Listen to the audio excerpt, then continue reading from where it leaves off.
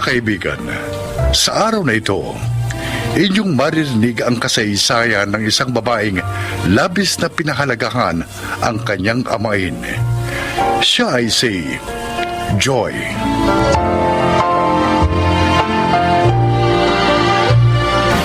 Years old ako nang maiwan ni Mama sa pangangalaga ni Papa Julio.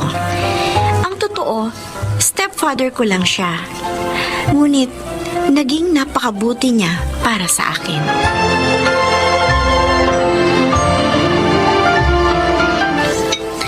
Good morning, Papa Julio. Tama-tama ang gising mo. Halika, sabayan mo lang akong mag-almusal, ha? Mukhang niluto ninyong paborito kong tapsilog, ah. Wala naman akong pasok sa office ngayon, eh. Kaya nagluto na ako. Halika na. Kain na tayo. Ayan, ha? Wow! Wala talagang tatalo sa luto ninyong tapsilog, Papa. Walang sinabi sa luto nyo ang mga alam kong gumagawa nito. Binola mo pa ako. Huwag kang mag-alala. Lagi kitang ipagluluto lang lahat ng paborito mong pagkain. Dahil kapag kasal na kayo ni Chito, naku, hindi ko na magagawa yun ba? Bakit naman po hindi? Aba, bubukod na kasi kayo. Sumama na lang po kayo sa amin. Paupahan nyo na lang itong bahay. Naku, anak, bigla akong natouch dyan sa sinabi mo, ha? Pero magiging malaking abala lang ako sa inyo. Kaya hayaan mo na lang ako rito, ha? Kayo naman kung magsalita. Oh. Napakalaki po ng utang na loob po sa inyo. Aba, hindi.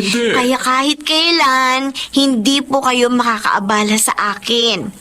Kung hindi sa inyo, hindi po ako magkakaroon ng magandang buhay. Ay, tama lang nga yung usapan na ito. Baka magkaiyakan pa tayo nito. Ay, siya nga pala, kailan ba yung balak niyong pagpapakasal ng nobby mo, ha? Next year po. Next year? Ay, bakit naman ang tagal pa?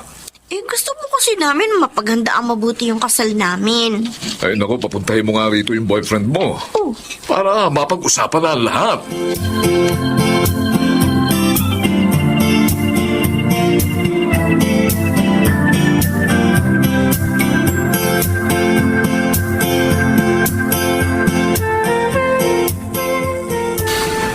Ay, salamat sa mga dala mong pagkain, ha, Chito. Okay lang po yan, Tito Julio. Para po hindi na kayo mapagod pang maghanda. Ay, siya nga pala. Nasabi sa akin ni Joy na next year, balak nyo nagpakasal. Totoo po yan. Uy, ba't naman next year pa, ha? Bakit hindi 3 or 4 months from now? Po, okay lang po yun sa inyo. Mapaga yung kasal namin. Oo naman. Ay, mabuti nga yun, eh. Makikita ko pa mga apo ko, di ba? Akala ko kasi... Tututol ako, ganun. Ay, naku, Chito, iho. Nasa hustong gulang na kayo ni Joy, ha? May mga magagandang trabaho. At ilang taon na rin ang inyong relasyon.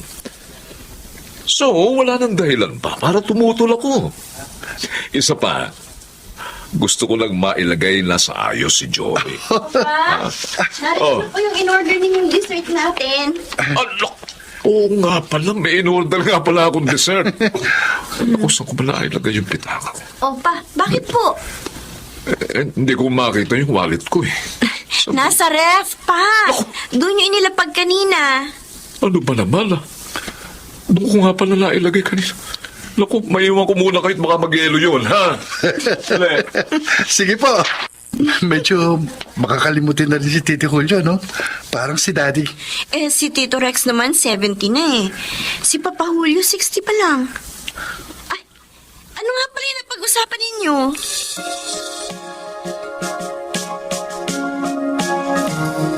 Wow, Joy! Ngayong taon na palang kasalan, ha? Oo eh. Minadali ni Papa. Kaya 4 months from now, kakasal na kami ni Chito. Oh, bakit malungkot ka? Pag mo sabihin sa akin, hindi ka pa sigurado sa nararamdaman mo para kay Chito. 3 taon na kayong mag-steady. Sure na ako doon, Fe. Nalulungkot lang ako kasi para bang ayaw na akong makasama ni Papa. Dahil parang pinagtutulakan niya na akong mag-asawa. Baka naman excited lang na magkaroon ng apong papa mo, kaya nagmamadali. Yun lang kaya ang dahilan. Baka kasi Nababagot na siyang kasama ako. Tingin ko naman hindi. Mahal na mahal ka ni Mang Julio. Pakiramdam ko, talagang gusto niya lang magkaapo na. Kaya wag mo nang problemahin yun.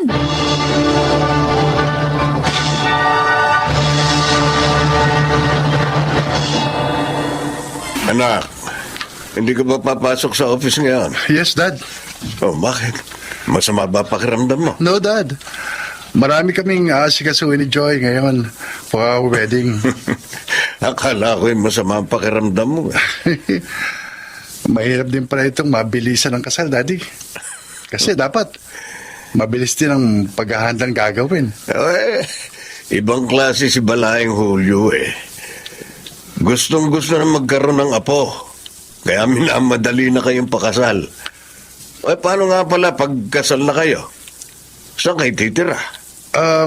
Gusto ko ni Tito na bumukod kami Oh, para daw matuto kaming tumayo sa sarili naming mga paa. tama naman yun, anak. At hinahangaan ko ang prinsipyo ni Balaeng Julio. Hindi siya overprotective sa anak. Maswerte ka sa magiging biyanan mo ba?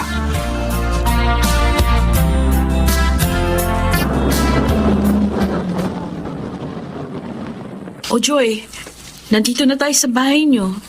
Ay, salamat. Nakakapagpahinga din ako. Talagang sakit ng ulo ko eh. Mama, ito po ang bayad namin. Bumaba na tayo dito sa taxi. Hindi ka na, Fe. Teka, sabi mo walang tao sa inyo. Wala nga. Kasi may mahalagang asikasuhin si Papa. Kaya gagabihin yun. Bakit bukas na bukas yung bahay niyo? Ha? Tingnan mo, pati gate bukas.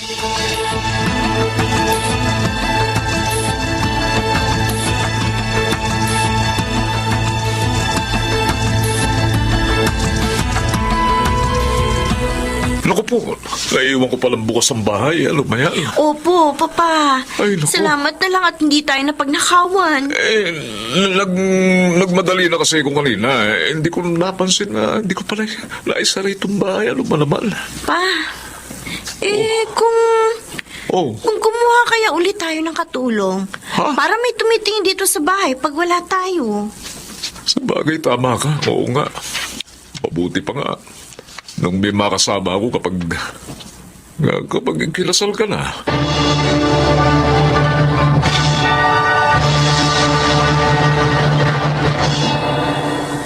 Julio, heto ang reseta ng mga iinumin mong gamot. Mapababagal kaya nito yung epekto ng sakit ko. Well, makakatulong ito. Yun nga lang, wala pa rin pagaling.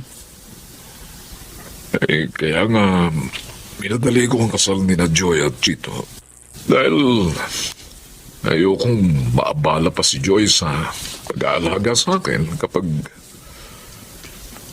malala na ako. Hanggang ngayon ba? Hindi pa rin niya alam?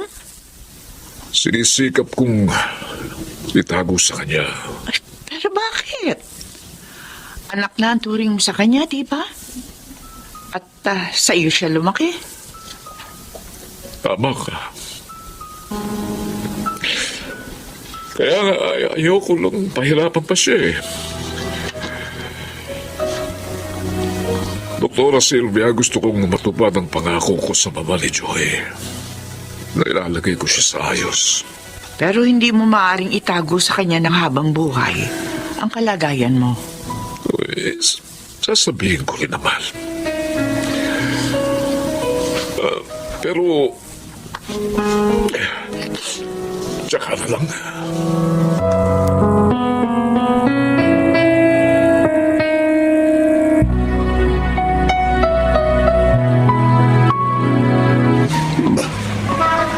Si Balaeng Julio yung naglalakad patungo rito. Bakit siya napunta sa lugar na to? Saka, bakit siya naglalakad? Nasaan ang kotse niya?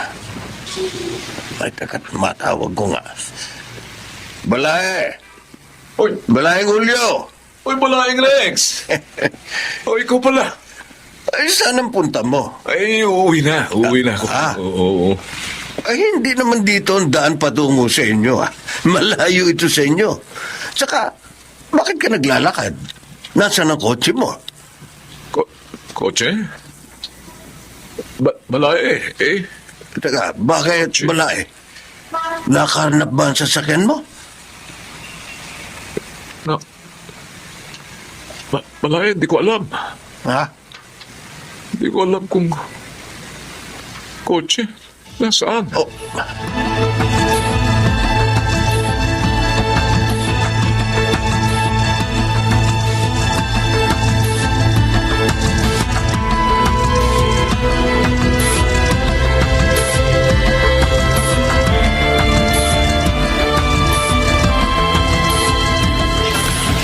Ano? Isinali na sa iyong lahat ni Tito ang mga titulo ng lupa niya? Oo. Kaya nga nagtataka ako. Buhay pa siya at malakas, pero parang nagpapaalam na siya. Kung ganun, maaaring tama ang hinala ni Daddy. Hinala? Ano yun? Na may sakit si Tito. Ha? Kasi minsan, nakita siya ni Daddy na naglalakad pa uwi na raw. Pero malayo naman sa inyong lugar na yun. Then, ang tanongin siya ni Daddy kung nasaan yung kotse niya. Sabi niya, hindi niya alam kung nasaan. Ano? Oo. Naisip ni Daddy na tawagan nila yung office niya. Kaya nalaman nila na naroon yung sasakyan ni Tito. Ay, hindi ko alam ang pangyayaring yun. Nagbilin din siya kay Daddy na huwag sabihin sa'yo yun.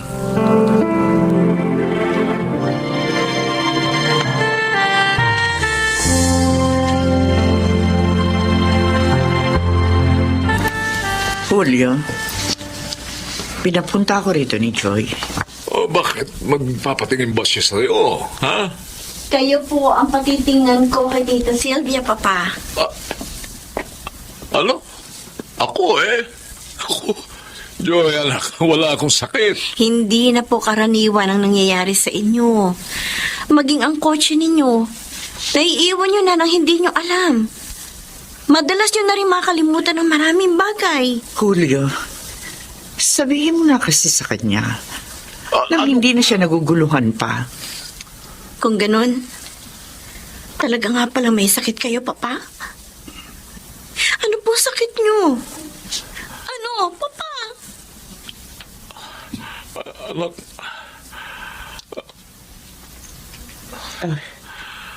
Alzheimer's disease. No. Hindi.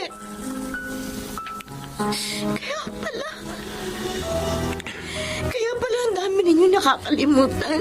Hindi karaniwan ang pagkalimot niyang iyon, Iha. Sylvia, doktor. Dahil yun sa kanyang sakit. Yun din po bang dahilan? Kaya minabadali nyo na ako mag-asawa? Oo. Ay, ang gusto ko lang, nasa maayos ka na. Bago kita tuluyang makalimutan. Bago ko makalimutan ang bilin ng iyong mama. Bago kita tuluyang maiwan. Anak.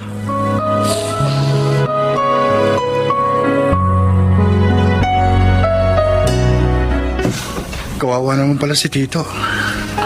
Kaya lang, mahirap ang sakit na Alzheimer's disease. Nagiging alagain talaga. Kahit gaano pa kahirap, hindi ko pababayaan si Papa Julio. Oo, stepfather ko lang siya. Pero napakadakila niya, Chito. Hindi niya deserve ang walang lumigap. Anong ibig mo sabihin napakadakila? Ipagtatapat ko na sa'yo ang lihim ng buhay ko. Biktima ng rape si Mama. Ha? Noon dalaga pa siya. At ako ang bunga noon. Oh my God. At si Papa Julio, na manliligaw ni Mama, siya ang sumagip kay Mama sa malaking kahihiyan. Kaya siya ang kinagisnan kong ama. Hindi ba? Napakadakila niya. Kahit wala na si Mama, hindi pa rin niya ako pinabayaan. At karapat-dapat lamang na ngayong nasa dapit hapon na siya ng kanyang buhay, ay samahan ko siya.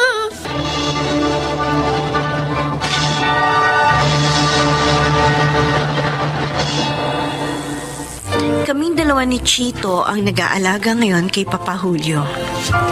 Hindi ako iniwan ng aking katipan na ngayon ay kabiyak ko na.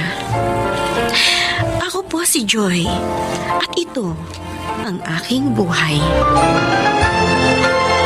Mapalad ang nilalang na marunong tumanaw ng utang na loob sapagkat siya'y mag-aani ng magandang kapalaran. Mga nagsiganap: June Legaspi, Yunel Benamin, Rosana Villegas, Susan Robles, at Chiquit del Carmen Amor sa papel na Joy. Naglapat ng angkop na tunog Jerry Mutia. Sa musika Buboy Salonga. Supervisyong teknikal Eric Lucero at Bong Boyar.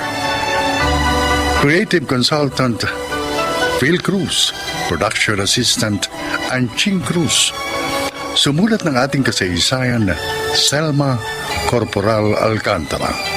Sa direksyon nila Jude Martin Legaspi at Maynard Landicho Jr. Ito ang aking...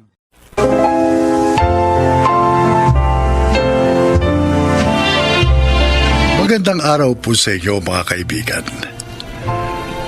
Maririnig natin ngayon ang kwento ng buhay ng isang magsasaka at kung paano niya natutuhang makalin ang pangunahing hanap buhay ng mga Pilipino. Siya ay si Eric.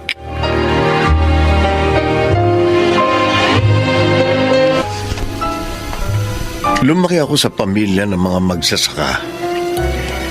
Tuwing tinatanong kami noon ng teacher namin kung ano ang trabaho ng mga magulang namin, nagdadasal ako na wag sana akong matawag. Dahil nahihiya ako na sabihin magsasaka sila habang ang mga kaklase ko, kung hindi guro, engineer, manager ng isang kumpanya ang mga magulang. Hanggang sa dumating ang panahong sinabi kong kahit kailan, hindi ko hahayaang maging kagaya nila. Isang hamak na magsasaka. Nay, kailangan ko na magbayad ng tuition bukas. Sinabi ko na sa inyo matagal na kailangan ko ng pera ngayon, di ba? Anak, pasensya ka na sana ha. 3 kayong sabay-sabay na nag-aaral. Inatake ng peste ang ating pananim, kaya konti lang ang kita namin ng tatay mo. Maaari namang mag-promissory note, di ba? Nay naman, promissory note na naman. Nakakahiya na eh. Alin lang nakakahiya, Eric? Tay, Nakakahiyang mag-promissory note? Bakit? Krimen ba ang gagawin mo? hindi nyo kasi naiintindihan eh. Uy, bakit mo kami pinagtataasan ng boses? Bakit mo magsasaka lang kayo? Magsasaka lang. Binabaliit mo ba ang hanap buhay natin? Hanap buhay nyo. Dahil hindi ako papayag na maging magsasaka lang ako. Maghahanap ako ng maayos na trabaho para hindi ako maging kagaya nyo. Eric! Eric! Wag na. Hayaan mo na. Mainit lamang ang ulo niya. Alam ba niya kung gaano kahalaga ang mga magsasaka? Oo, madalas madungis tayo. Amoy putik, amoy kalabaw. Pero marangal ang trabaho natin. Kung walang magsasaka, may pagkain ba sa mesa nila ang mga mayayaman? Ang mga ininiyero? Ang mga propesor? Kung hindi sa pagsasakripisyo natin sa ilalim ng init at ulan, sa tingin ba niya, makararating siya ng kolehiyo? Makapagsusuot ba siya ng uniforme sa maayos na universidad?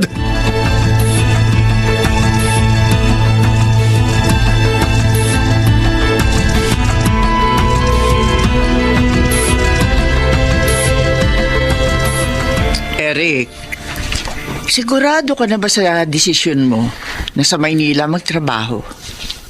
Doon ho magtatrabaho mga kaklase ko nagtapos ng business course. May naghihintay na sa aming trabaho doon. Ay siya. Sige. Pero wala ka bang planong kausapin ng tatay mo?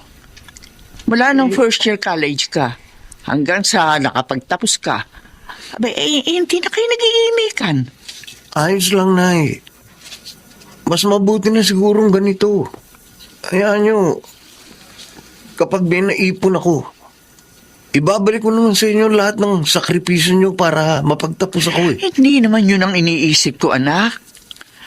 Ay, nakakalungkot lang na humantong sa ganitong relasyon nyo ng tatay mo. Nay, 2:00 na. Alis na ako.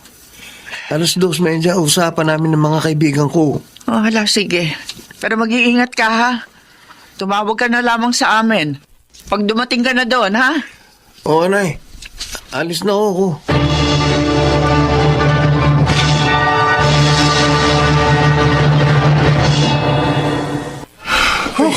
Ang init.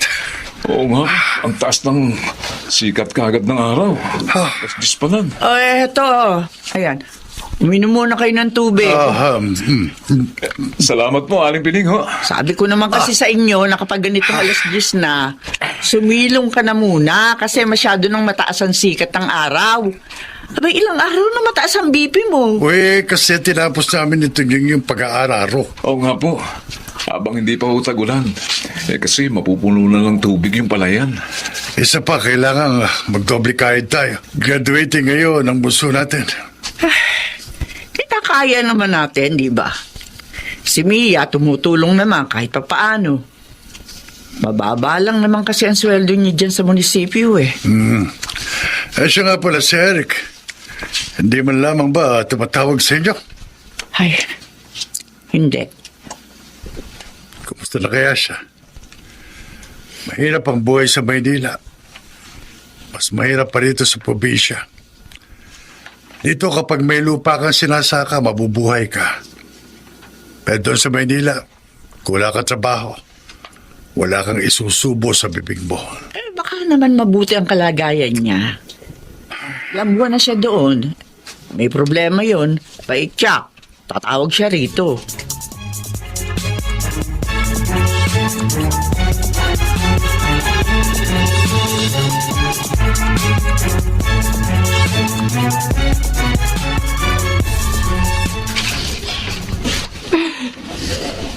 Nakikiramay ho ako.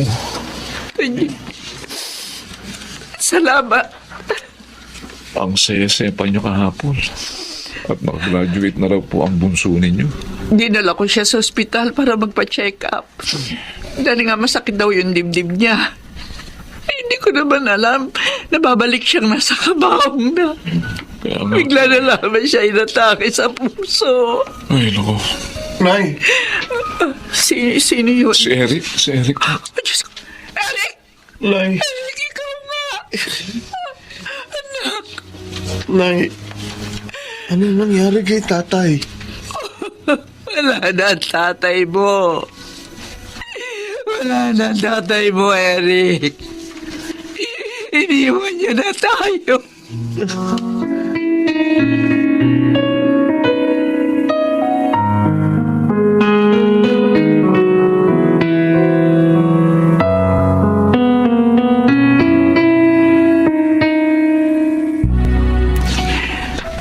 Ikaw ba ang kalibin ng anak ko? Opo, Nay. Kumusta ang buhay niyo sa Maynila? Po, Mula nang umalis dito sa Eric? Siguro, 3 beses lamang siyang tumawag. Napakadalang niya rin mag-text sa mga kapatid niya. Minsan, kumusta lang, pagkatapos wala na. Pasensya na po kayo. Ako na pong humihingi ng paumanhin. Marahil ayaw na pong iparating sa inyo ni Eric ang totoong kalagayan niya para hindi na kayo mag-alala. Ha?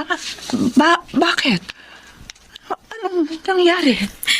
Natanggal po kasi siya sa trabaho dahil may nakaaway siya. Sakto naman pong buntis ako noon kay Sofia sa panganay namin. Naghanap siya ng trabaho pero wala po siya makuha. Kaya naisipan na lang niyang sinubukan niya na lang na sumama sa mga nangangalakal ng basura. Oh, Diyos ko. Hindi ko po alam kung bakit parang malas-malas niya sa trabaho. Iniisip ko nga po na baka dahil sa akin. Siguro kung hindi niya ako nakilala at hindi siya nagkaroon ng maagang responsibilidad, baka mas maginhawa ang buhay niya. Huwag ka magsasalita ng ganyan. Wala kang kasalanan. Ngayon, ano ba ang plano niyo?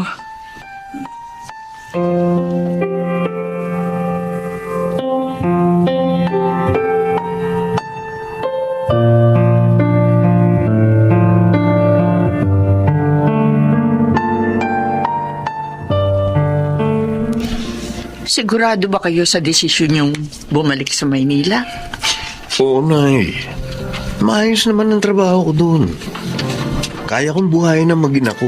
Eric, sinabi na sa akin ni Ina ang lahat. Oh. Huwag ka na magsinungaling pa. Huwag ka Nay, nang bumalik doon. Dito ka na lamang sa atin. ayoko, Nay. Ayoko rito. Sabi ko kahit kailan, hindi na ako babalik dito. Namatay ang tatay mo na hindi kayo nagkausap na muli. Pero walang araw na hindi niya tinanong kung kumusta ka ba. Kung tumawag ka ba o nag-text man lang. Palagi siya nag-aalala sa iyo, anak. Siguro dahil bilang ama, nararamdaman niya ang hirap na pinagdaraanan mo kahit nasa malayo ka. Patawarin niyo ako, Nay. Patawarin niyo ako. Minalit po ang pagiging magsasaka ninyo. Kinamuhian ko ang hanap buhay na bumuhay sa akin. Pero nang maranasan ko kung gaano kahirap ang buhay sa Maynila, ginusto ko rin umuwi rito. Pero tinatalo ako ng hiya. Hiyang-hiya ako sa inyo. Lalo na kay tatay. Walang sama ng loob sa iyo ang tatay mo.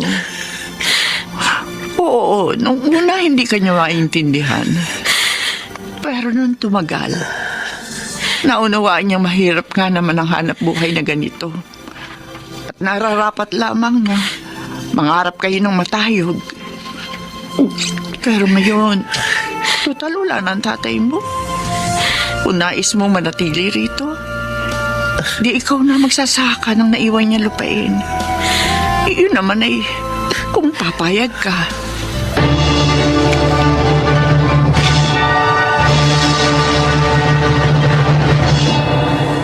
Good morning, Ma'am. Good morning. Kayong sumundo kay Sofia? Asan ang mama niya? Nasa clinic, Ma'am. Sinamahan po yung nanay ko magpa-check up. Ganun ba? Ay, sandali lang, sir, ha?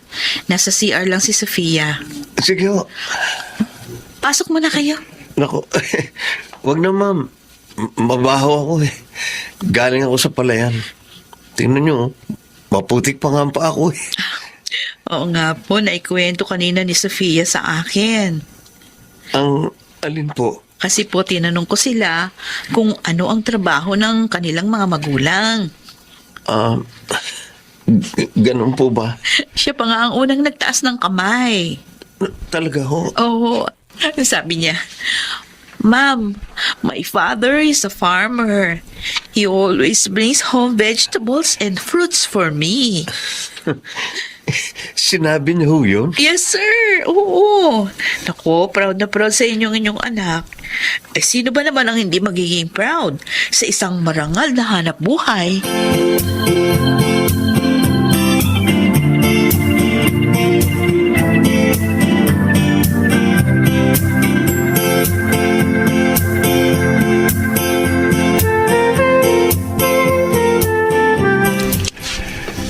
Gabi na. Bakit hindi ka pa natutulog? Sabi ng teacher ni Sofia kanina, proud na proud daw sa akin ang anak natin. At ikinuwento pa sa buong klase na isa akong magsasaka. Talaga? Oh, bakit ka umiiyak? Sana gaya na rin ako noon. Sana gaya ng anak natin. Naging proud din ako kay tatay. Sana naikwento ko rin sa mga kaklase ko na magsasaka si tatay. At kahit amoy kalabaw siyang umuwi, hindi niya hinahayaang magutom kami. Nagtitiyaga siya sa ilalim ng init o kaya minsan ng ulan para lang maitaguyod kami. Eric, Hindi ko alam kung bakit hindi ko nakita ang sakripisyo niyang yun nung nabubuhay pa siya. Sana nasabi ko man lang sa kanyang proud ako sa kanya na masaya akong magsasaka ang tatay ko. Eric, hindi ka naman hinusgahan ng tatay mo, hindi ba? Sabi ng nanay mo, nauunawaan ka niya.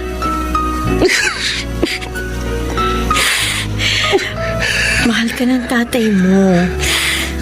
At alam ko, nasaan man siya ngayon, nakangiti siya.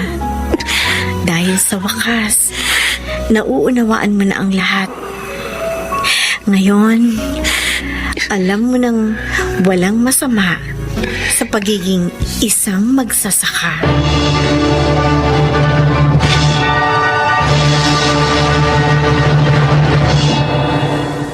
Mapalad ako. Ito lang ang masasabi ko. Mapalad ako dahil hindi naging kagaya ko ang aking anak. Proud siyang isa akong magsasaka.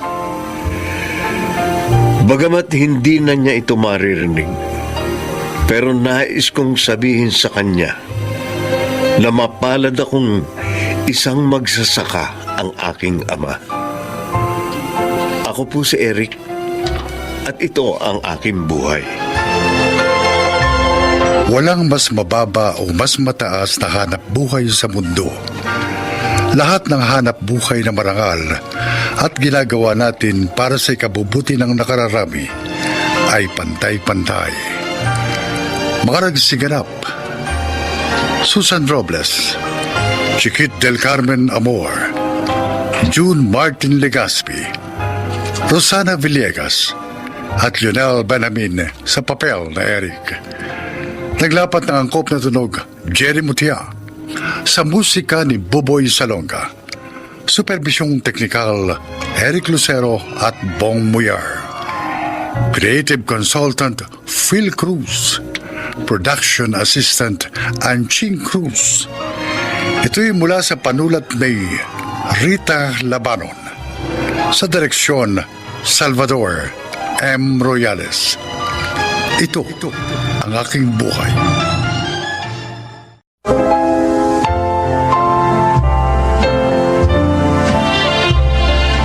Magandang araw po mga giliw naming tagapakinig. Narito ang isang kasaysayan na kapupulutan nyo ng aral sa buhay. Ito ay ang kasaysayan ni Cutie.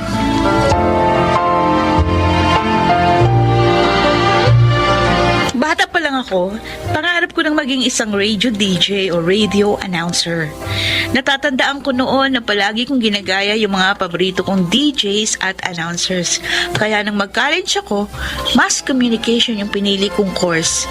Hindi nagtagal, nakatapos din ako ng pag-aaral at sinimulan ko agad ang aking pakikipagsapalaran para maabot ang aking pangarap. Good morning, everyone! Naku, ito na naman si Cutie. Hyper na naman. Pa, maganda lang kasi araw ko. You know, feel na feel ko ngayon na very, very nice ang araw ko ngayon. Lahat naman yata ng araw sa'yo. Very, very nice. Of course! Positive lang ako, no? And positivity can bring good luck and good fortune. Ano yan? Chinese proverbs? Teka. Confucius, is that you? O, eto na ang pagkain mo. Oh. Thank you po, Ma. Tresha, masaya si Cutie ngayon. Kasi ngayon ang job interview niya sa radio station. Oh, nag-apply kasi ako bilang radio DJ. Wow! At nagulat ako nung magustuhan nila yung voice demo ko na pinasa ko sa kanila. Kaya in-schedule nila ako for interview. Today! Oh! Sana pumasa ako. Papa sa kanya, anak. Magtiwala ka lamang sa sarili mo. Matagal ko ng pangarap maging DJ sa radio eh. Sana, ito na yung pagkakataon na hinihintay ko para mag-shine!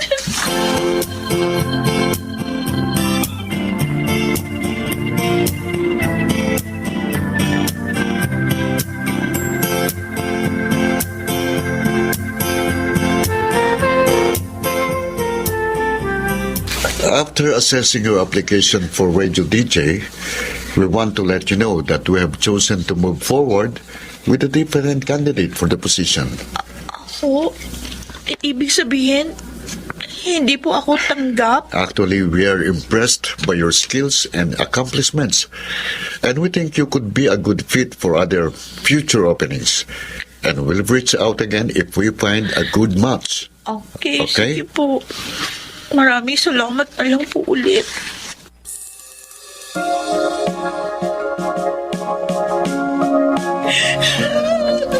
Oh, Cutie, tala. Huwag mo nang iyakan yun. Hindi pa naman huli ang lahat. Kaka-graduate mo pa lamang ng college. Tsaka huwag ka mang inayang doon. Marami pa namang radio stations ang pwede mong applyan. Ano ba mali sa akin? Sa pagkakaalam ko naman, nasagot ko naman ng maayos yung mga tanong sa interview. Maganda naman yung credentials ko. Pleasing personality naman ako. Bakit ganun, Ma? Anak, baka hindi lang para sa'yo yung trabahong yun. O malay natin, may mas maganda pa palang trabaho na kalaan para sa'yo. Abay, huwag kang sumuko, anak. Subok ka lang ng subok. At huwag kang magpa-apekto sakaling hindi ka man matanggap. Parte talaga yun ng isang job applicant. O basta, anak, ha? Palagi mo lang tatandaan na balang araw, maabot mo rin ang pangarap mo. Basta't magsumikap ka lang.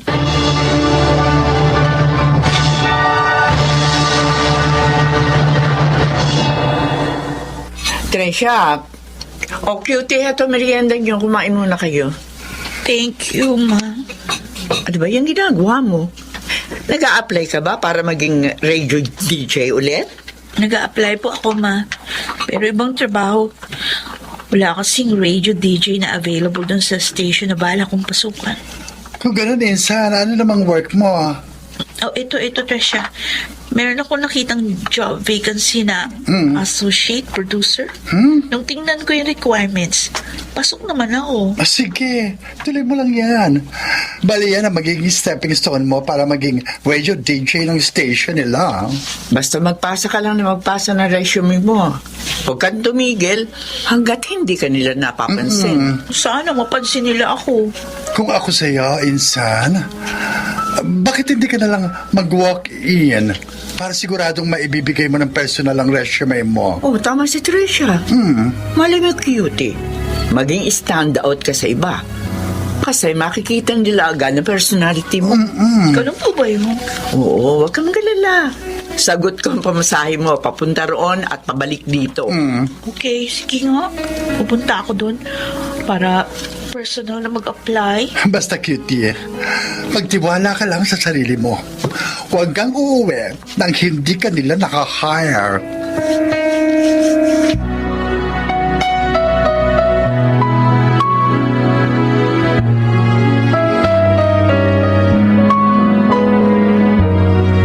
Okay, Miss Cutie, that's all for now.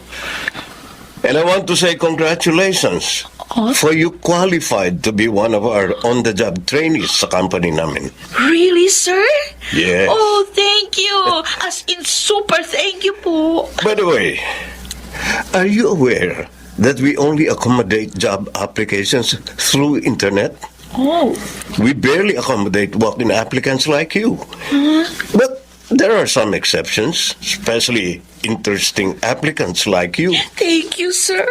Matapang ka. At saka nakikita ko na malakas ang kumpiyansa mo sa sarili mo. Kaya nag-decide kang mag-apply personally bilang associate producer. Yan ang isa sa mga hinahanap namin sa isang employee. Anyway, here are the requirements na kailangan mong isubmit before Friday next week. Kaya ba? Oh, yes, sir. Kaya po. Good. Anyway, congratulations once again and good luck. Thank you. See you at the workplace, cutie.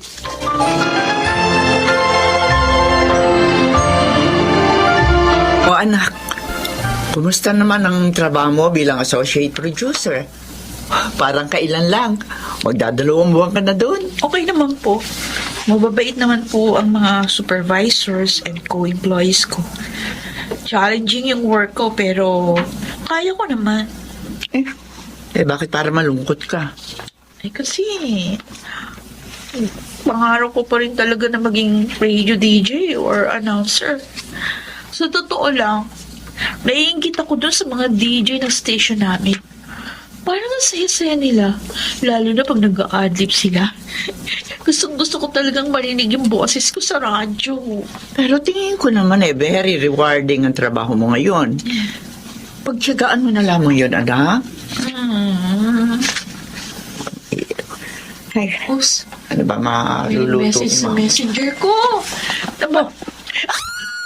Uy! Bakit napapadali ka dyan sa tiwa? Ano bang nabasa kong mensahe sa phone mo? Hiring daw po ng radio DJ sa company namin. Ay, pagkakataon ko na to para mag-apply ako, ma. Good luck sa iyo, anak. Kung para talaga sa iyo yan, mangyayari at mangyayari yun. Ay, naku po. Basta maghintay ka lang, cutie. Darating yon sa tamang panahon.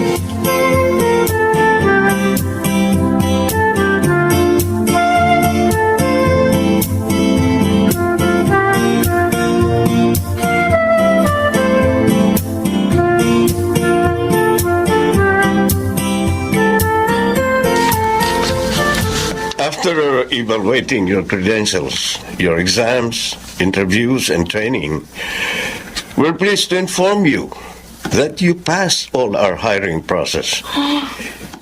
Meaning, we're now hiring you to become one of our jocks. Congratulations, Miss Cutie. Really, sir? Oh my gosh! Thank you. As in, super duper thank you talaga, sir. Now, the plan is the station will be introducing you as Kuracha Maharocha. Anyway, I'll give this application to my assistant, and then you can proceed now at the completion of the requirements like NBI clearance, Okay. TIN number, SS number, etc. Kailangang mapasa mo na lahat yan sa lalong madaling panahon Yes, sir. para makapagsimula ka na. Okay, sir. Good luck sa'yo, Miss Cutie. Okay, mag-alala, sir. Ayusin ko na po agad ang mga requirements. Buong bayan, excited marinig na ang boses mo on air. Oh, Galingan mo. yes, sir. Thank you, sir. Sige po, aalis na ako. Okay. Oh, okay. Pabalita ko to kay mama.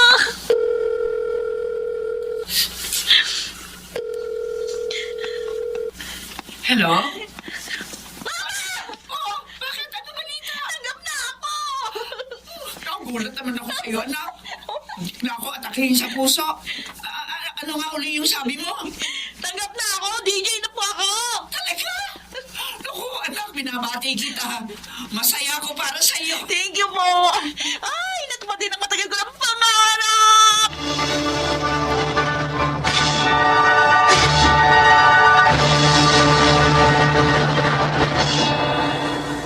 Walang maglilipat at magbabalik maya-maya ang DJ na inyong kinababaliwan at inaabangan. Ako ang inyong super-duper cute na DJ, Coracha Maharocha! Oh, ano pa? Narinig niyo po ba? Oo naman, anak. Ako, ang galing mo. Proud na proud ako sa'yo. Thank you, pa. Excuse me. Kaya lumalakas ang loob ko ngayon dahil sa inyo eh.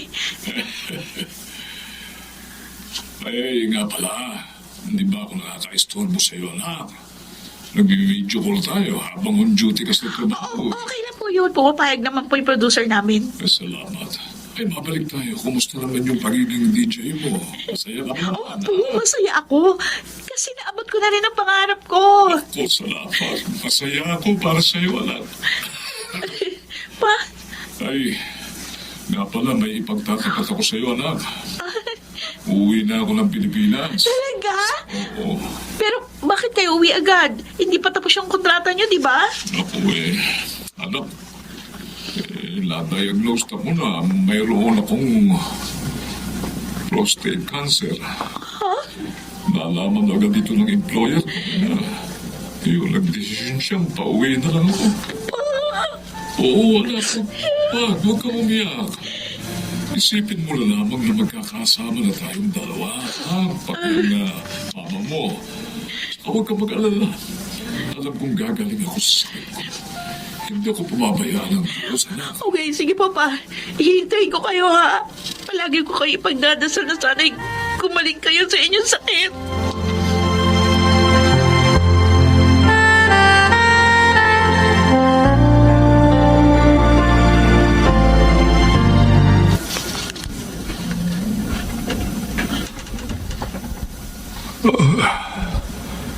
Lita, O ano?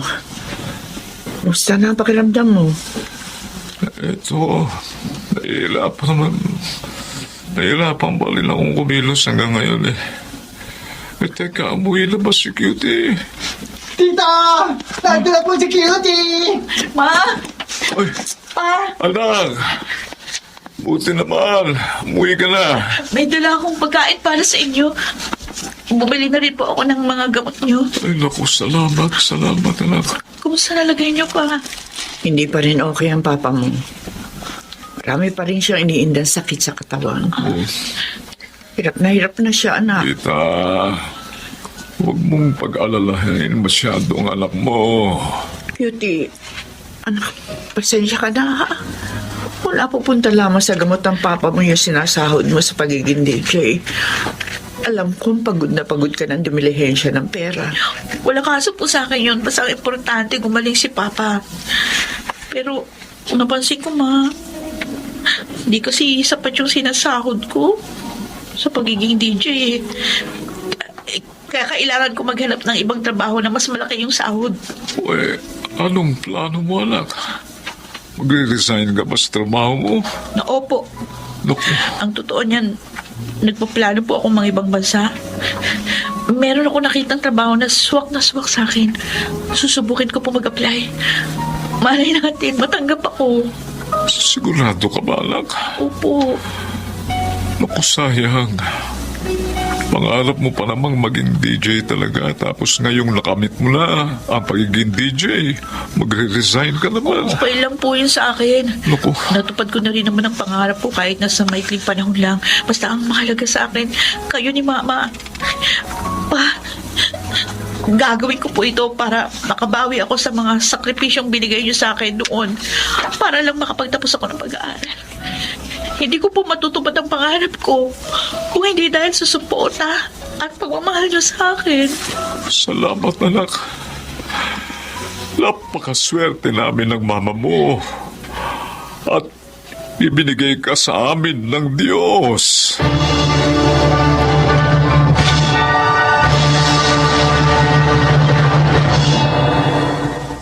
Nag-resign ako sa pagiging radio DJ at nag-abroad ako para magtrabaho. Sa ngayon, dito na ako nakabase sa Singapore. Nag-work sa isang TV station. At sa pagsisikap ko, nabibili ko na yung mga mamahaling gamot ni Papa, kaya unti-unting bumuti ang kanyang lagay. Tinulungan ko rin si Mama na magtayo ng sarili niyang negosyo. At eto nga, maganda na pala takbo nito. Nagpapasalamat na rin ako sa Diyos dahil sa umaapaw na biyayang binibigay niya sa aming pamilya. Hindi man ako isang radio DJ ngayon, pero masayang-masaya na ako sa takbo ng aking buhay. Masasabi kong nalampasan ko pa ang aking pangarap. At yun ay ang makatulong ako ng malaki sa aking pamilya. Ako si Cutie. Ito ang aking buhay. Lahat tayo ay nabubuhay para sa ating mga pangarap. At karamihan sa atin ay nagsusumikap at nagpupursige para makamit ito para sa ating sarili at sa ating pamilya. At kung nahihirapan kang abutin ito, huwag ka pa rin sumuko. Laban lang. Tandaan na sa una lang mahirap. Pero kapag nakamit mo na ang tagumpay, napakasarap nito sa pakiramdam. Mga nagsiganap: Susan Robles, Bobby Cruz, Phil Cruz, Jonel Benamin, June Martin Legaspi at Rosana Villegas sa papel na Cutie. Naglapat ng angkop na tunog Jerry Mutia. Sa musika ni Buboy Salonga, supervisyong teknikal Bong Muyar at Eric Lucero. Creative Consultant Phil Cruz. Production Assistant Anching Cruz. Ito'y mula sa panulat ni Chris Nasenga. Sa direksyon Salvador M. Royales. Ito ang aking buhay.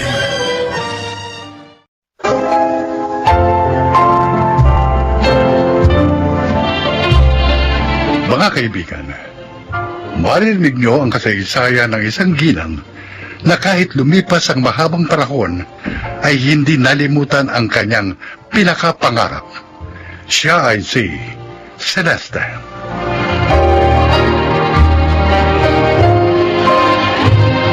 Dalawang anak namin ang yumao kong asawa, sina Raquel at Jomar. Sa awa ng Diyos, naitaguyod ko silang mag-isa. Yon ay dahil na rin sa mga kabuhayang naiwan sa akin nang nakilala kong mga magulang at nang yumao kong asawa. Masaya naman ang aming buhay hanggang sa humina ang aking katawan. Kaya naipasya namin na bumili ng bahay sa probinsya.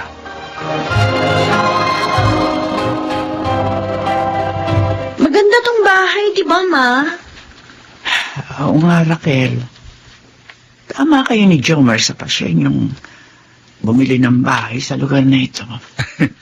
Mura lang po ang bili natin dito, Ma. May mga pananim pa dito sa bakuran na maaari natin pakinabangan. Tahimik at sariwa pa po ang hangin. Ay, sana nga yung mabilis ang paglakas ko rito. Para hindi na kayo naaabalan dalawa. Si Mami talaga. Hindi naman po kayo abala sa amin. Pasalamat nga kami. Dahil sa inyo nakapagbakasyon kami. Mula kasi na makapagtapos kami, puro trabaho na ginaasikaso namin. Masyado kasi kayo masipag. Maiba ako. Ano iba nalaman ang tungkol sa lugar na ito? Sa isa ko pong kaibigan na taga rito, Ma. Si Primo.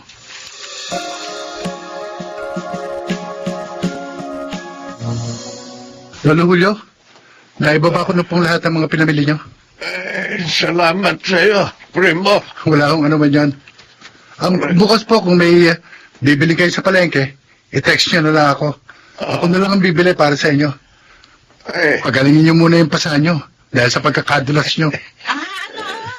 Nandun na si Kamo, si Kuya Julio. Primo? Opo, Lola Alfonsa. Nagkataon po na napadaan ako sa palengke habang naglalakad siya. Kaya nakita ko po. Mabuti ka't nakita niya ako, Alfonsa. Tinulungan niya akong makauwi. Sabi ko naman kasi, ako na lang ang mamamalengke. Sinumpong ka ng rayuma mo kagabi, di ba? O paano kita papayagang umalis? Ang hirap nga nito. Pareho tayong walang pamilya, Kuya. Walang makapalalay sa atin ngayong matatanda na tayo.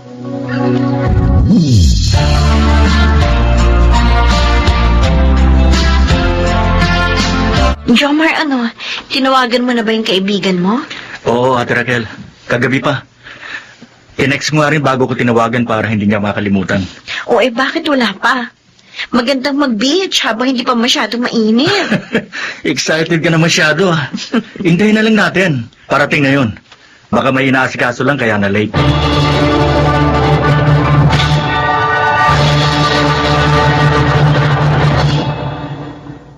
Hindi ako maaari magkamali. Dito talaga yun. Kumusta na kaya sila? Narito pa kaya sila?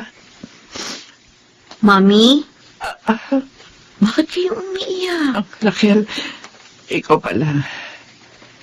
May naalala lang ako, anak. Pwede ko po bang malaman kung ano yun? Ang aking nakaraan. Ho?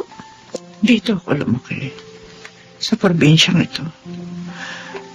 10 taon ako noon nang ialis ako dito ng lolo at lola mo.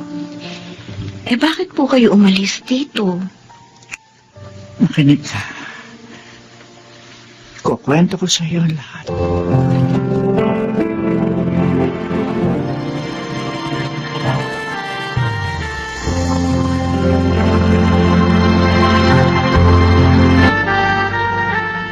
Okay yan, Jomar.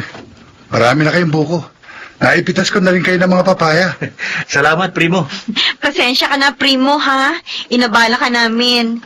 Hindi kasi kami marunong pumanik sa puno lalo na to, si Jomar. Pero ngayon matututo na ako. Nakita ko na ginawa ni Primo. Ayos lang naman yun, Raquel. Jomar. Bro, dito ka na mananghalian, ha? Oo nga naman. Nang matikman mo naman ang masarap na luto ng mami namin. Sige ba? Uy, may nag-text sa cellphone ko. Dali Uy, si Lolo Julio. Humihingi ng tulong. Lolo mo? Hindi ko siya lolo. Ilang ang tawag ko sa kanya. Pero malapit sa amin ang bahay nila ng kapatid niyang si Lola Alfonsa. May nangyari daw sa kanila Kaya humihingi ng tulong.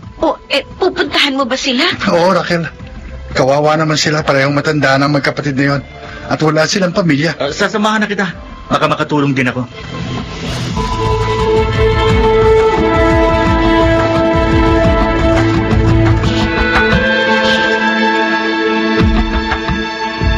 Napainom na po namin ang gamot si Lola Alfonsa. Ay, salamat, Primo. Buti na lang at dumating kayo agad. Wala na kasi kaming gamot niya. Hindi ko siya naibili dahil wala na akong pera. Marami na pong gamot ngayon ng kapatid niyo. Mahal pala yun, Lolo. Oo, kaya nga hindi ako makabili ng marami. Ito pong kaibigan ko si Jomar ang bumili ng marami para kay Lola Alfonsa. Salamat sa iyo, Jomar. Okay lang po. Pagpalain ka ng Diyos. Ayos lang po yun, Lolo. Ay, teka, may itatanong lang pala ako. Ano yun? Iyon pong kwintas na suot ninyo ni Lola Alfonsa? Ito na lang ang ala-alang naiwan sa amin ng aming mga magulang. Binigay ito sa amin ni Inay nung buhay pa sila ni Isay. Larawan nila nasa pendant nito. Ganon po ba? Masyado po palang sentimental ang mga yan? Ay, tama ka. Ba't mo naman na itanungan tungkol sa kwintas? Meron din po kasing ganyan ng mami ko. Ano?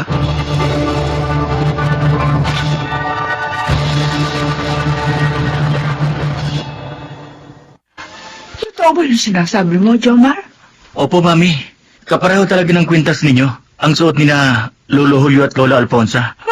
Sabi pa nga nila, picture ng parents nila ang nasa pendant ng kwintas. Mami, sabi niyo sa akin, Julio at Alfonsa ang pangalan ng mga kapatid niyong napawalay sa inyo. Oo, anak. Kapatid? Di ba wala naman kayong kapatid, mami? Jomar, ampun lang ako ng kinagisnan niyo lolo at lola. Kinuha nila ako ng sa mga kapatid ko. Dahil hindi sila magkaanak. Ha?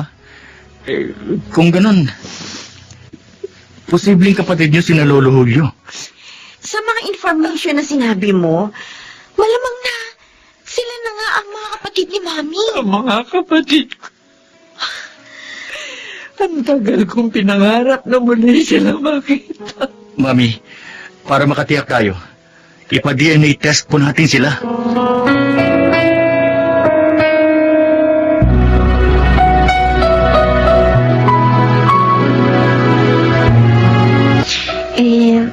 Iyon ho sana ang gusto namin, Lolo Julio, Lola Alfonsa. Sana po pumayag kayo. Kung para sa ikalilinaw ng lahat, pumapayag kami. Salamat po. Ay, pero ako, malakas ang kutob ko. Si Celeste na ay mami niyo, ang nakawalay naming bunsong kapatid. Ang kapatid ko, sabik na akong makita siya. Ganun din ako, Alfonsa. Kaya lang nagalit siya sa atin noon dahil ipinampun natin siya.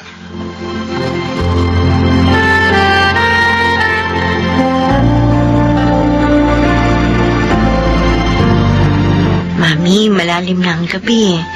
Matulog na kayo. Maaga pa ang lakad natin bukas. Hindi na ako makapaghintay, anak. Gusto ko na mag-umaga. Sabik na akong malaman ang resulta ng DNA test. Excited na nga rin po ako, Mami. Pag nagkataon, magkakaroon na kami ng tita at tito ni Jomar. Pero, alam nyo, nag-aalala po si Lolo Julio. Bakit?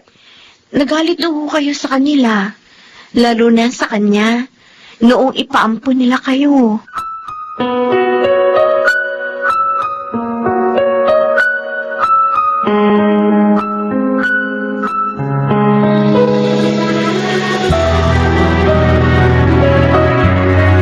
Lumabas na po ang resulta ng DNA test.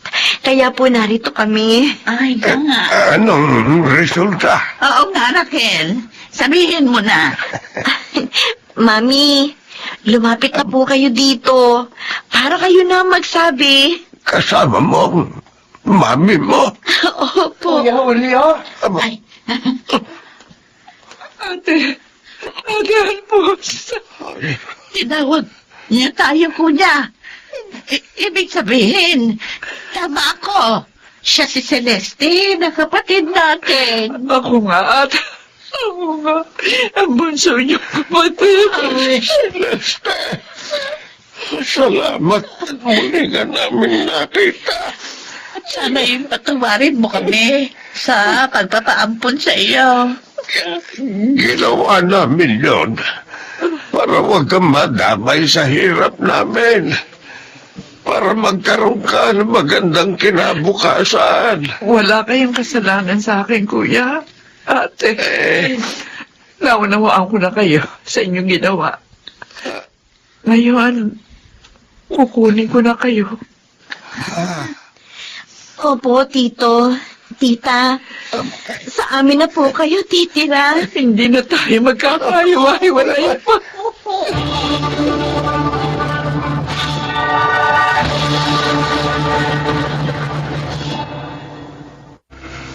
Nagpapasalamat ako sa Diyos. Dahil kahit matatanda na kami, sa mga huling panahon namin dito sa mundo, ay muli kami nagkasama-samang magkakapatid at maligaya. Ako si Celeste at ito ang aking buhay. May klima ng panahong pinagsamahan, kung maligaya naman ang isang pamilya, mas matamis pa ito kaysa sa mahabang panahon ng pagsasama na pawang kaguluhan. Mga nagsiganap, Rosana Villegas, Lionel Benamin, Chiquit del Carmen Amor, Maynard Landicho, Phil Cruz, at Susan Robles sa papel na Celeste. Naglapat ng angkop na tunog, Jenny Mutia, sa musika, Buboy Salonga. Supervisyong teknikal, Eric Lucero at Bong Muyar. Creative Consultant, Phil Cruz. Production Assistant Anching Cruz. Ito'y mula sa panulat ni Selma Corporal Alcantara. Sa direksyon Maynard Landicho Jr.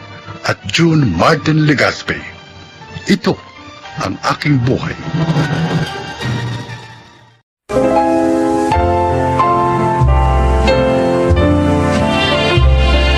Mga kaibigan, isa na namang kasaysayan ang kapupulutan nyo ng aral sa buhay ang inyong maririnig.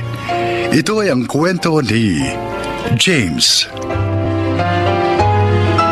Sa kulang high school, pero tagalinis lang ng sasakyan ang naging trabaho ko. 17 years old pa lang ako noon, pero naging ama na ako. At dahil ayaw sa akin ng pamilya ni Nancy, nakitira kami sa aking mga magulang.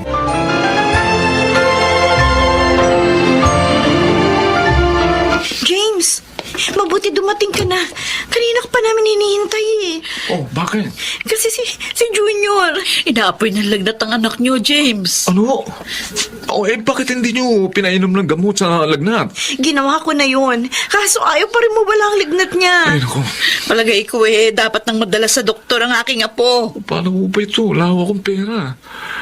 100 lang itong kita ko rito eh. Paano ng anak natin? Itatanungin ko ang tatay niyo. Baka sakaling may alam siyang pwedeng mahiraman natin ng pera.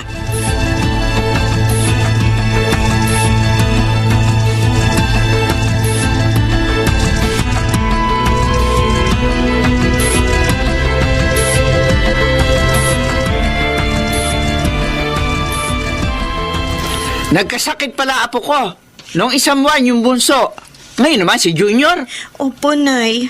Sabi ng doktor kaya ganun dahil kulang sila sa masusustansyang pagkain. At malamang tulad ng dati, ipinangutang uli ni Nelly at Dante ang pagpapagamot sa bata. Wala po kasing pera si James. Ay, kailan ba naman nagkaperang washer na yon? Washer na nga lang ang trabaho, tamad at may bisyo pa. Nay! Nagulat ka, no? Dahil alam ko ang bisyo niya. Ikaw nga, anak, tigilan mo na ang pagiging tanga sa lalaking yon. Iwan mo na siya. Umuwi kayo ng mga apo ko sa bahay. Tapos, magtrabaho ka. Mahal ko si James, Nay. Ay, lintek na pagmamahal yan. Hindi mo maibibilihan ng pagkain, lalong hindi maipambabayad sa doktor. Ayoko rin pong mawala ng ama ang mga anak ko. Kung gaya din lang ni James ang ama nila, mabuti nga, wala na lamang silang ama. Anak, manong gumising ka na. Magsikap ka habang bata ka pa. At huwag mong sayangin yung buhay mo sa walang kwentang James na yon.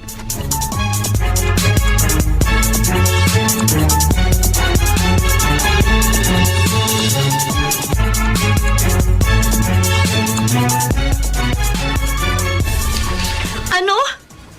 Gusto mo maging runner ako ni Bonjo? Oh, James naman! Ano ba pumasok sa isip mo? At pati ako gusto mag-idamay dyan sa bisyo mo. arte mo naman. Ikaw din na iniisip ko, kaya inialo ko ang trabaho ito sa'yo. Dito kikita ka agad na walang hirap. Mababantayan pa ang mga bata. Kasi hindi mo kailangan magbabad sa trabaho eh. Kapag naibigay mo na yung shabu at nabayaran ka na, wala na. Tapos na trabaho. Ayaw mo nun? Pera agad!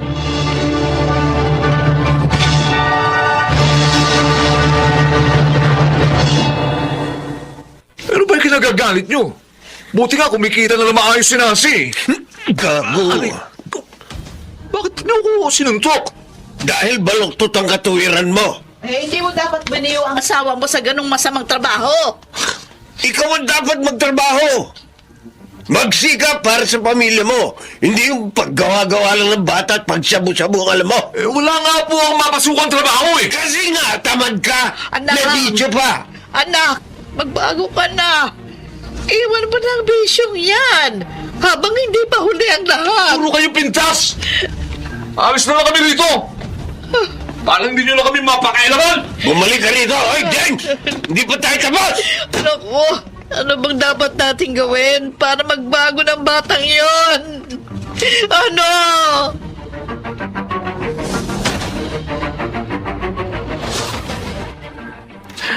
Napakawalang hiya talaga ng anak mo, Nelia. Binuyo na nga niya ang anak ko sa masamang trabaho. Inalayo pa sa atin. Malaing Tonya. Masakit din sa loob namin ni Dante ang ginagawa ni James sa kanyang pamilya. Pero ayaw talaga niyang makinig. Ay, sana pag natokham siya, huwag mapasama anak ko. Huwag ka naman magsalita ng ganyan, Malaing Tonya. Dahil pag nagkataon, kahit patay na si James, hindi ko pa rin siya mapapatawad.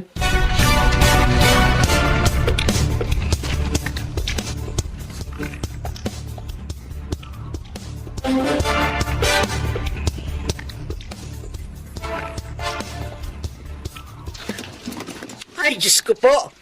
Ano ka ba naman, Dante? Nakakagulat ka naman kung magbukas ng pinto. May masamang nangyari sa manugang natin, Nelia. Bakit? Ano nangyari kay Nancy? Hinuli ng mga pulis sa ako nagbebenta ng sabo.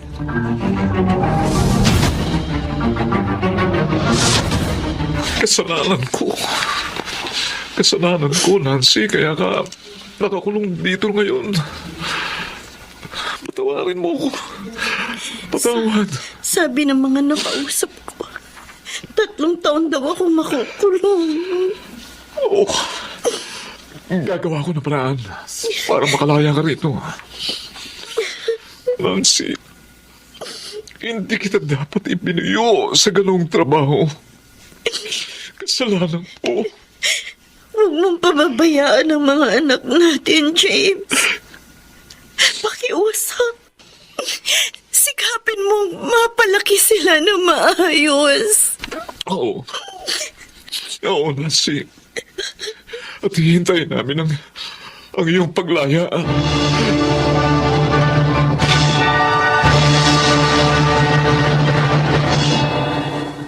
Abay, wala pala rito ang mga anak mo, James. Mang Martin, iniuwi ko muna sila sa mga magulang ko. Hindi ko po sila maalagaan dahil naglilinis po ako ng mga sasakyan. Nag-aaral pa rin po akong mag-welding. Aba, maganda yan. Sa pinapasukan ko, nangangailangan ng mga welder. Maaari kitang maipasok doon kung gusto mo. Talaga po, Mang Martin? Oo. Sa loob ng halos 1 taon, nakita ko naman talagang nagbago ka na. At iniwan mo na yung droga. Totoo po. At ngayon ko po napatunayan na pwede pa rin magbago ang isang adik. Nasa sa kanya lang yun. Tama. Napapansin ko nga hindi ka na rin umiinom ng alak. Lahat po ng bagay at gawaing makapagtutulak sa akin para muling magsyabu. Iniwan ko po, Mang Martin. Mabuti yan. Hayaan mo. Isasama kita sa pagbalik ko sa Saudi.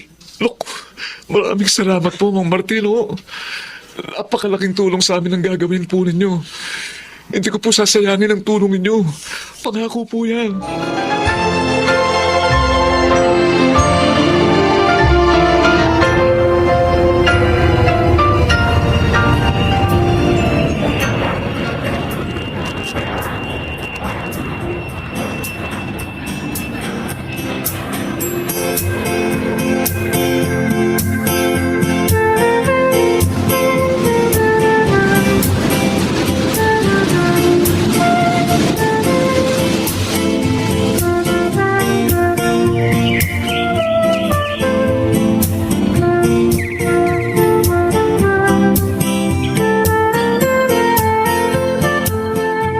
Balae, kumusta naman ang pag-aaral ng ating mga apo? Ay, ayos naman, Balaing Tonya.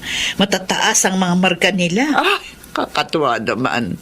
Galing nga pala kami kay Nancy nung 1 linggo. Ay, kumusta anak ko, Balaing Dante?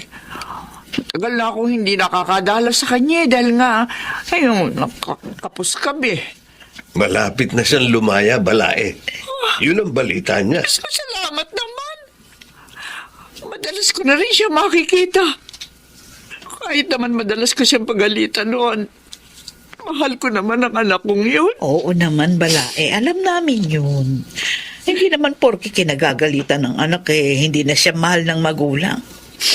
Madalas, kaya tayo nagagalit dahil ibig nating maituwid sila ng landas. Sana naman sa pagkakataong ito, maunawaan na tayo ng ating mga anak. Eh, palagay ko naman ay naiintindihan na nila tayo.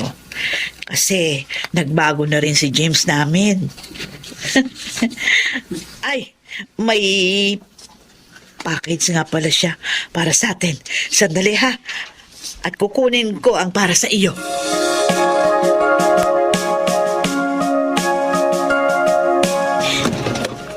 Nanay Nelia! Nancy! Oh, narito ka na. Ibig sabihin, malaya ka na. Opo, Nanay Nelia. Oh, Hindi na po ako nagpasundo sa inyo para masurpresa kayong lahat. oh, si James. Alam niya ba ito? Nasa abroad pa rin kasi siya. Naisulat ko po sa kanya ang ukol dito. Ay, mabuti naman. Alay ka sa loob na ko. Eh, matutuwa ang mga anak mo kapag nakita ka. Sabik na rin po ako mayakap sila. Ay, Dante! Dante! Tawagin mo yung mga apo natin. Naririto na si Nancy. Malaya na siya.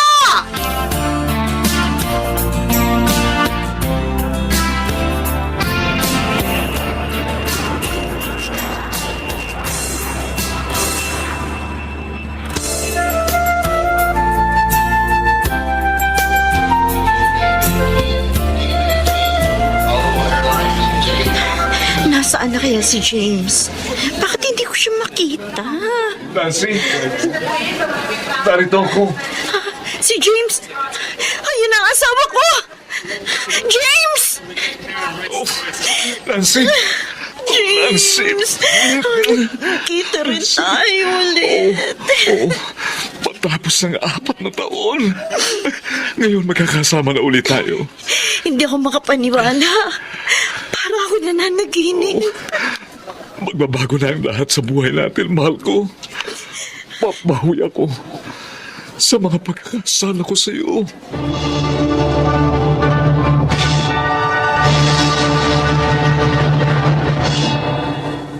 Maayos na ang buhay namin ngayon ni Nancy.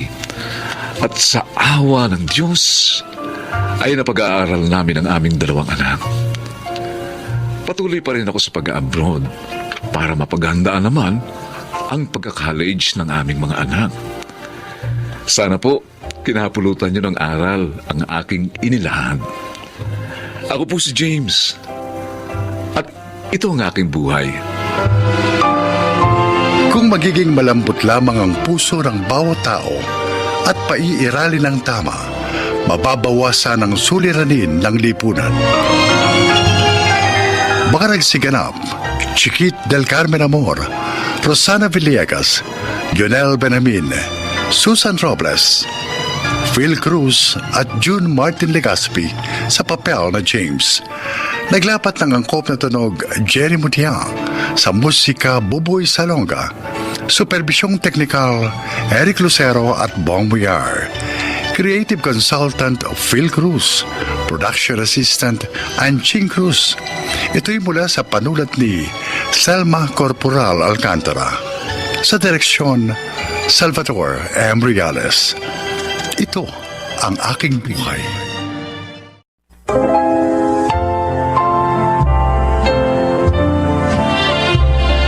Magandang araw sa inyong lahat. Isang babaeng umabuso ang maglalahad sa atin ngayon ng kanyang kasaysayan. Siya ay si Glenda.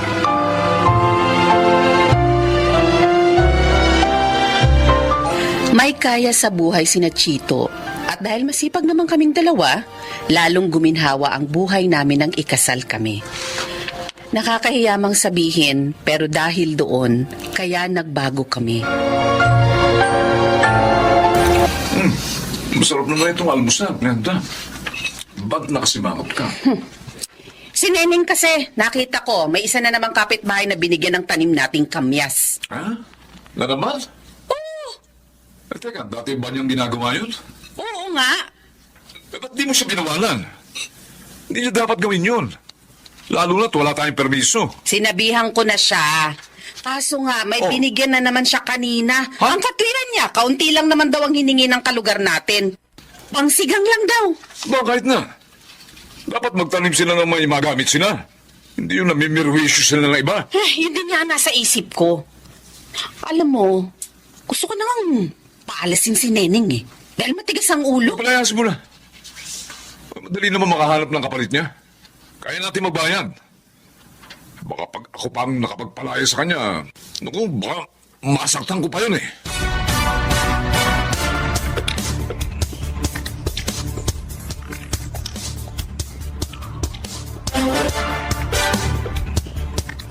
Oh, kanina nang lumabas kayo, masaya kayo. Pero nang pumasok na kayo dito, malungkot na kayo. May nangyari po ba sa labas, Nay? Oo nga ako, Inay. Sumamba po ba ang pakiramdam ninyo? Hindi.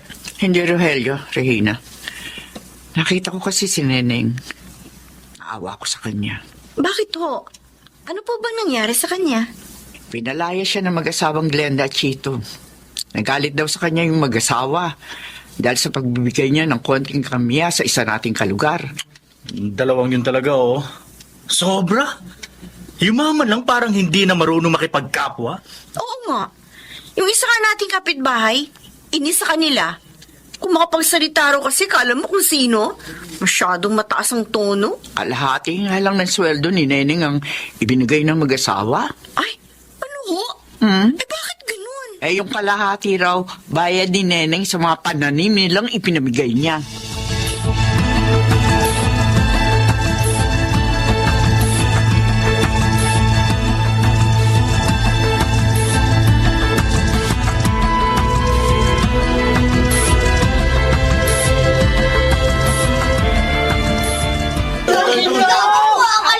Brandon, dami pa ng bata rito sa lugar mo.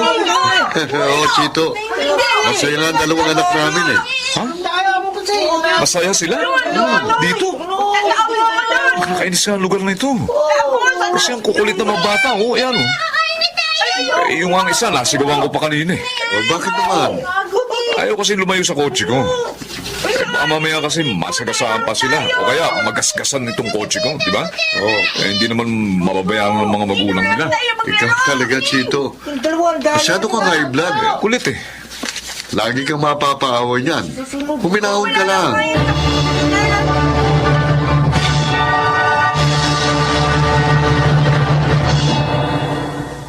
Nahihirapan po kayo umihi, Nay? Oo, anak eh. Kailan pa ho yan? Siguro mga 1 linggo na. Hindi ko nga lang pinansin. Naisip ko kasi baka mawala rin. Sasabihin ko po ito kay Rogelio para madala namin kayo sa doktor pagdating niya. Wag muna. Wag muna tayo magpunta sa doktor. Baka naman makuha to sa paglalaga ng dahon ng sambong. Sambong? Oo. May mga nagsabi sa akin. Maganda raw yon para makaihi ka ng maayos. Sige po. Sige, manghihingi po ako ng dahon ng sambong para mailaga natin. Pero pag hindi po nagbago yung pakiramdam nyo, dadalhin na namin kayo sa doktor.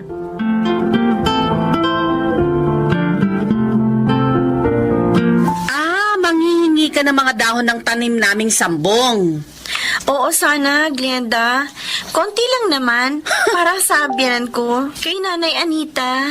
Inabala mo ako sa ginagawa ko, manghihingi ka lang pala. Pasensya ka na, ha? Bakit kasi kayo mga mahihirap?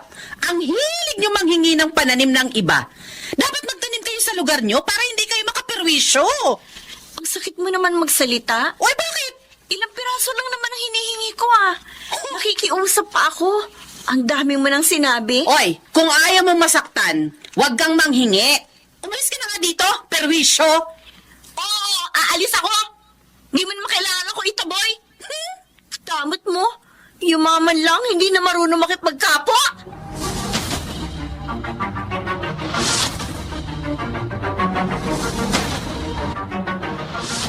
Oo, Chito, yun ang sinabi ng malditang Regina na yun. Gaga pala ang babaeng yun eh. Nakaperwisyo na nga, siya pa ang galit. At sasabihin pa niya, hindi tayo marunong makipagkapwa-tao. Aba. Eh siya itong masama ang bunganga. Ba't totoo ka talaga? Pupuntahan ko nga ang babaeng yun. Tuturuan ko siya ng leksyon.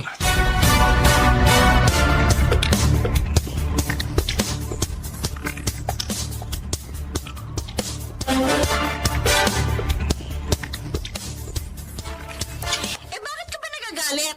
Hindi ko naman kinuha yung sambong niyo, ah. Kahit na. Pinagsalitaan mo pa rin na masakit ang asawa ko. Chito, siya ang una nagsalita ng masakit sa akin. Wala kang karapatang saktan ang loob ng asawa ko. Dapat sa'yo tinuturuan ka ng leksyon eh. Aray ko, bitiwan mo ang braso ko. Halika.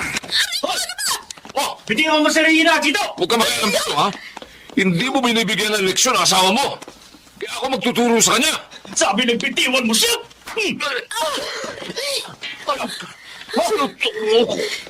Malas ka na rito ngayon din! Alis ako pagkatapos nito. Ayun. May baril siya!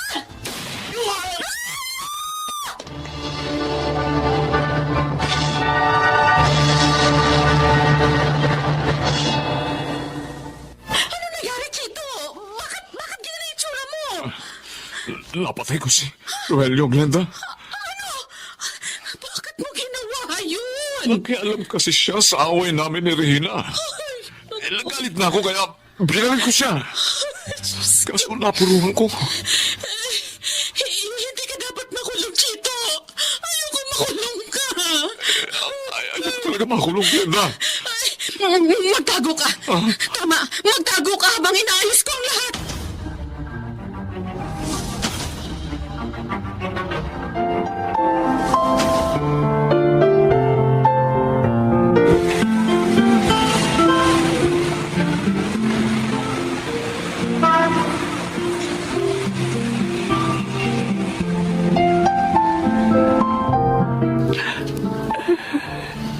Inay, umiiyak na naman po kayo.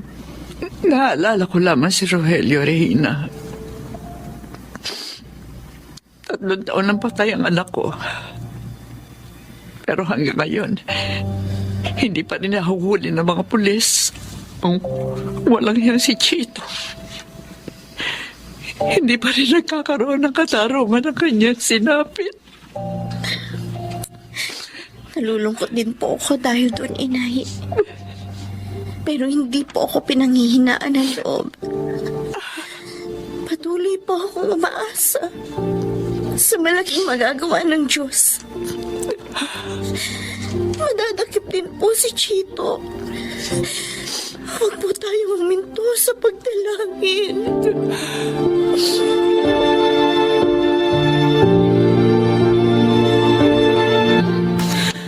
Kumusta ka na dito, Chito? Mas maayos ang buhay ko rito sa probinsya, Glenda. Nakalalabas ako at eto, nakalalanghap ng sariwang hangin. Pero mas pumayat ka pa yata kaysa sa dati. Oo nga eh. Siguro dahil nalulungkot ako.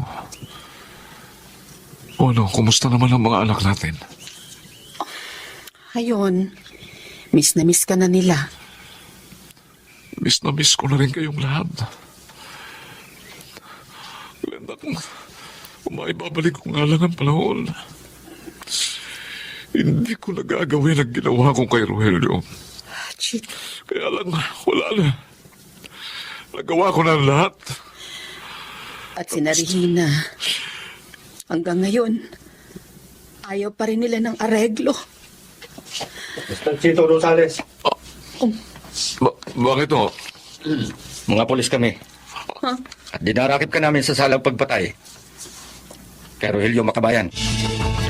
Hindi! Huwag niyo huliin ang asawa ko! Awa kayo sa kanya!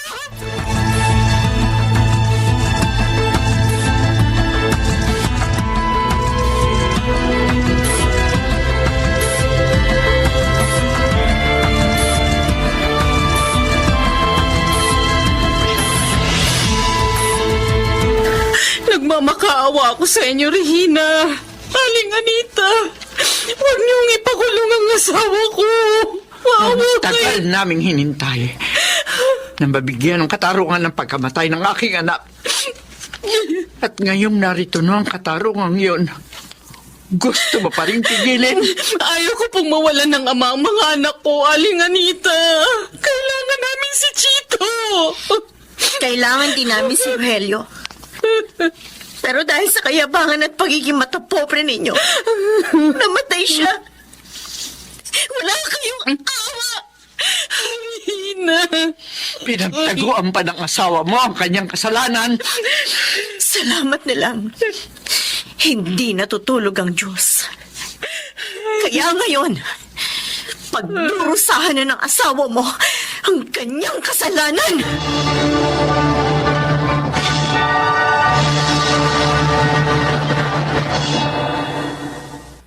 Magsisiman ako, huli na ang lahat. Nagdurusa na ang aking asawa sa kasalanang sa akin nag-ugat.